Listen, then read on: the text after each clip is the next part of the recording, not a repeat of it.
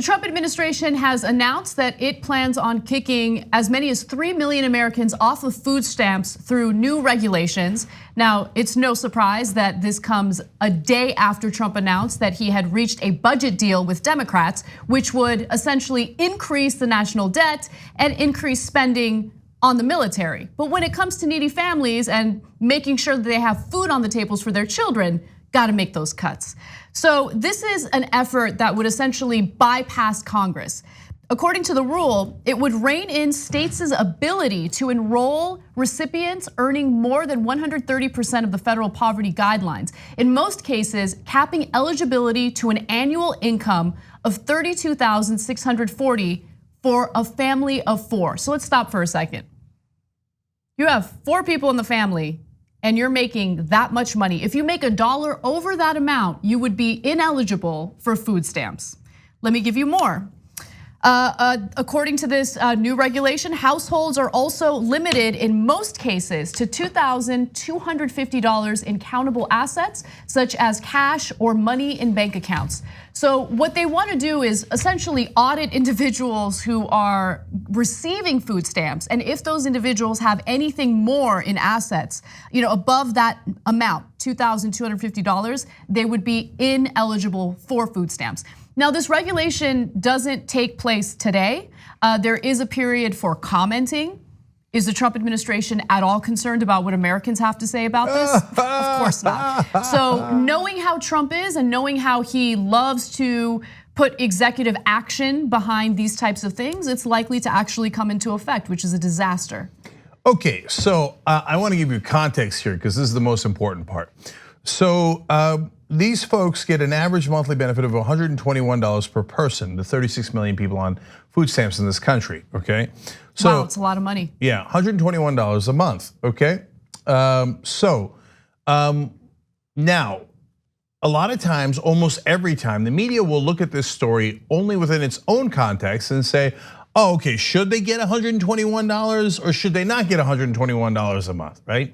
But that is not the full context. The full context is the decisions that our government has to make all the time put together, because it's as opposed to what. So for example, the reason why they are doing these tax cuts is because they say, well, we don't have any money. The deficit's out of control. In fact, a lot of right wingers are saying these cuts are not draconian enough. We need to cut more spending. Well, in a sense, that's true. You know why? When you look at the annual savings that this is gonna bring of $2.5 billion, so that's every year to this country when you make these cuts. $2.5 billion, that sounds like a lot, right? So, of course, what it doesn't tell you is the tax cuts for the rich that they just passed a little while ago. How much that is cost? 1.9. Oh wait, is that 1.9 is lower than 2.5? Oh, 2.5 billion is how much you save from this. It was 1.9 trillion that went to tax cuts for the rich. So now I want to go back to the $121 number, okay?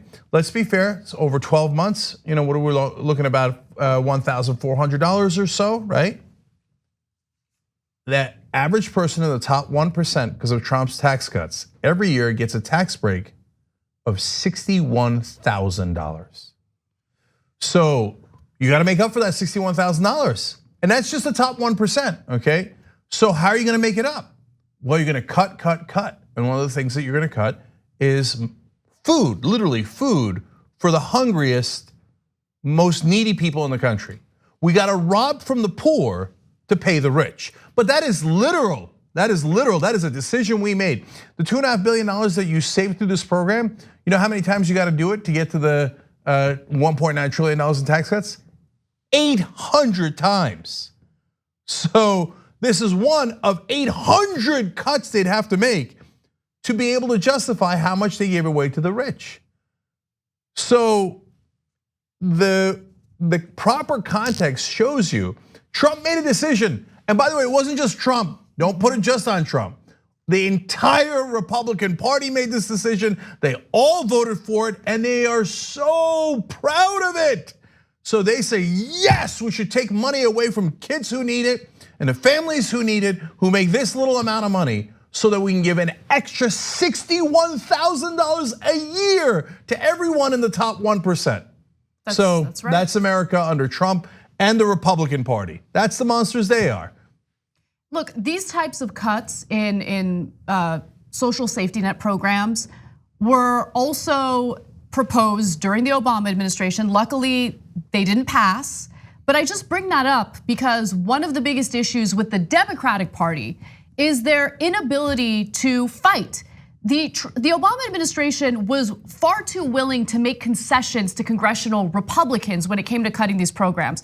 Now, they wanted to cut Social Security, which would be incredibly unpopular, so luckily they didn't go through with that. But when it comes to programs like this, I think that they're much more vulnerable to the types of cuts that are now being proposed by the Trump administration.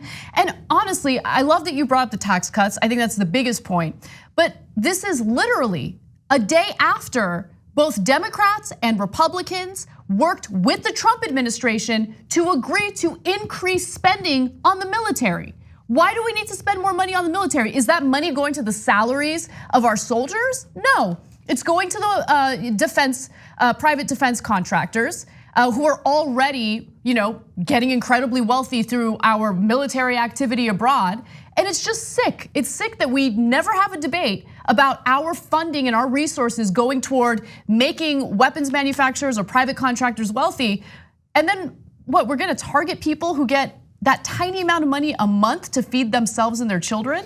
So Anna, let me build on that because it's a great point, and let me give you context on that. So remember how Iran shot down a drone that we had flew into their airspace? Now recently, Ducey had, it was Brian Kilmeade on Fox News, had cranked that up, the price tag on that to $200 million. But most people agree it's actually $100 million. So let's take the lower number of 100 million. So what does $2.5 billion get you? That's what you're saving from by cutting 3 million people off of food stamps. 25 drones. So what would this country rather have? I mean, remember, we have more nukes than everyone else combined. We have a bigger military than the next 8 countries combined. And on top of that, we're now increasing the defense spending dramatically.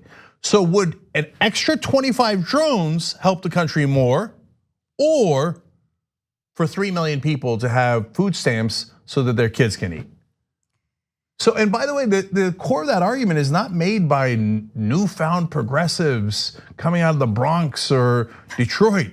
That the core of that argument is from a Republican president named Dwight Eisenhower, who fought and won the greatest war ever fought. And he came back and after being president said, watch out for the military industrial complex. Those are his words. And he said, for every dollar that they spend on weapons, it is robbing the American people of food and education. And here we are. That's exactly what they're doing. And they're doing this without any type of, work with Congress. Congress isn't voting on this. Trump is doing this unilaterally, and it's disgusting. Now, Chuck Schumer did a press conference in response to this. I want to show you what his statement is, and then I want to respond to it. Yeah, I can't, this White House just astounds me. This is food for people who need food. We are lucky that we have farms that grow such great products.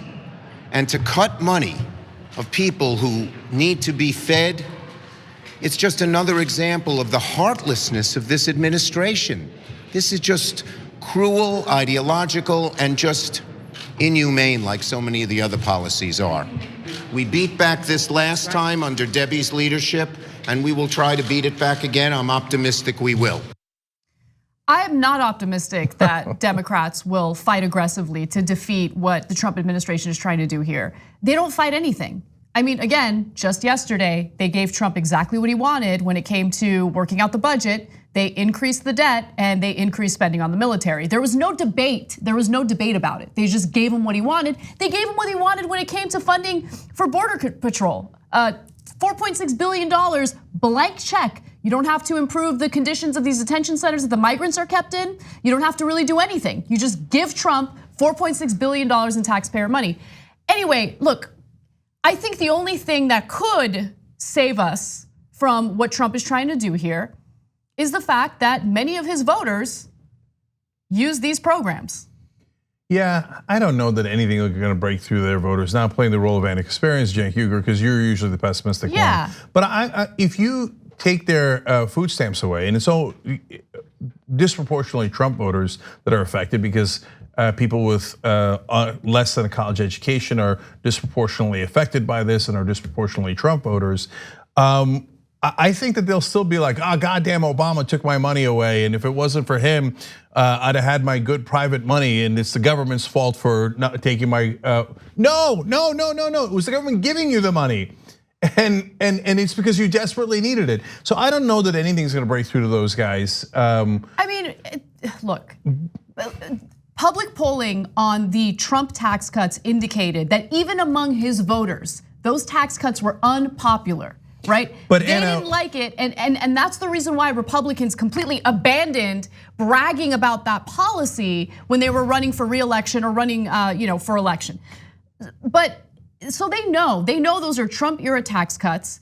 Once they see that $121 taken away from them every month, which was meant to provide food for themselves and their children, how are they not going to connect the dots? I don't know. They're not. But part of the reason is the media.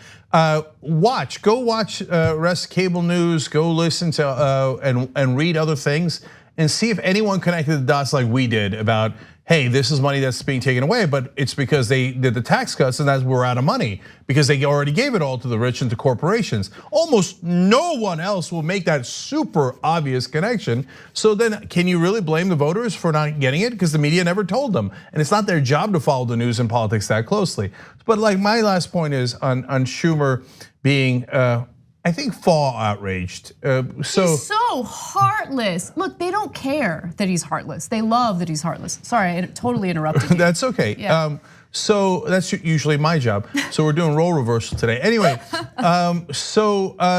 he does a deal with him yesterday, and he says, okay, we got some increased spending, and the cuts are not going to be that draconian. And the next day, Trump comes out and goes, just kidding, I'm going to do it through executive order, sucker. And Schumer's like, oh my God, I didn't see that coming. Really, Chuck? If you didn't see that coming, well, you're not very good at this. So I think he's doing fake outrage. He probably knew that the cuts were coming through executive orders, but is now huffing and puffing because he already made the deal as usual. And Trump got most of what he wanted. And so now he has to pretend to be shocked and chagrined. And so that's how this game is played. And then corporate Democrats can't figure out why people are not excited about them. The TYT Plus app is now available on iOS and Android. Download to get more TYT content at tyt.com/app.